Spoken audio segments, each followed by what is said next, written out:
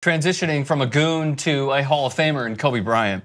So on Detail, as everyone knows, ESPN Plus, he goes over and spotlights one player in the series. He has done it throughout the playoffs. It's a tremendous series that he has. Again, Detail on ESPN Plus. Speaking to the New York Times, going back to LeBron has no teammates. The question was, you played on some absolutely stacked teams, but there were a few years where you were at the top of your game. Is that what you're seeing with LeBron now? Is this roster a workable solution for him in an era of super teams? His answer was, it seems like he has some good players. Kyle Korver, Jayar Smith has been solid. We focus on his one mistake, which is so true. You got Kevin Love, All-Star Olympian Rodney Hood, 17-point scorer in the West. Tristan Thompson back to playing like he played a few years ago. He's got some workable pieces. I don't understand how, in order to talk about how great LeBron is, we need to, we need to dump on everybody. That's not okay. Those guys have talent. I don't buy this whole thing that he's playing with a bunch of garbage. Look, when Kobe says it, I listen, but I still disagree with it. It's just, we've seen, yeah, thank you. Like, am I wrong, Jayar? So, okay, there's always middle ground, right? Yep. He's not playing with a bunch of garbage, but he's also not playing with all-stars all over the place. Yeah, he's won. He's won.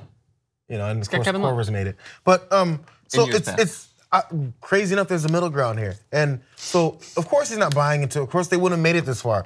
They wouldn't have made it past Boston without guys that would contribute enough. And again, Jayar Smith has done stuff to get them where they are in the past. And everyone has their limitations. It's where it is now. So, I mean, it's hard. We're in this world of hot takes and definitive answers. And if you don't give that, then I don't want to hear you what you have to say. Right. Denise? We're all talented. They're all talented. They're in the NBA. You know, they're not the worst team. They beat Boston.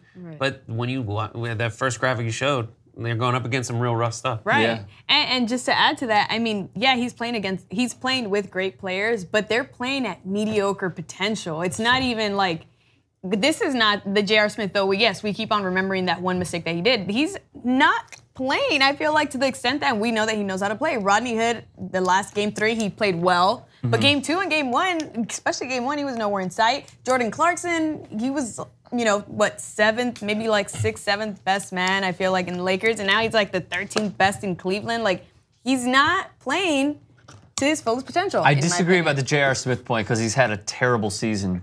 And not this series, but the entire playoffs have been microcosmic of his downward spiral as a shooter this past season.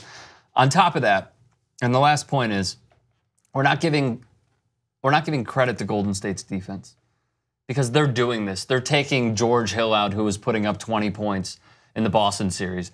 Jordan Clarkson looks like a shell of himself. That's his own insane in the membrane mentality of shoot, shoot, shoot every time he gets the ball.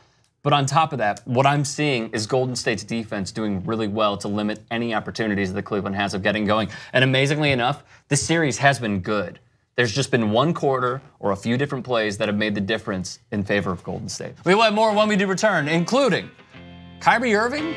Is he the difference maker in this entire series? We'll see you in a bit.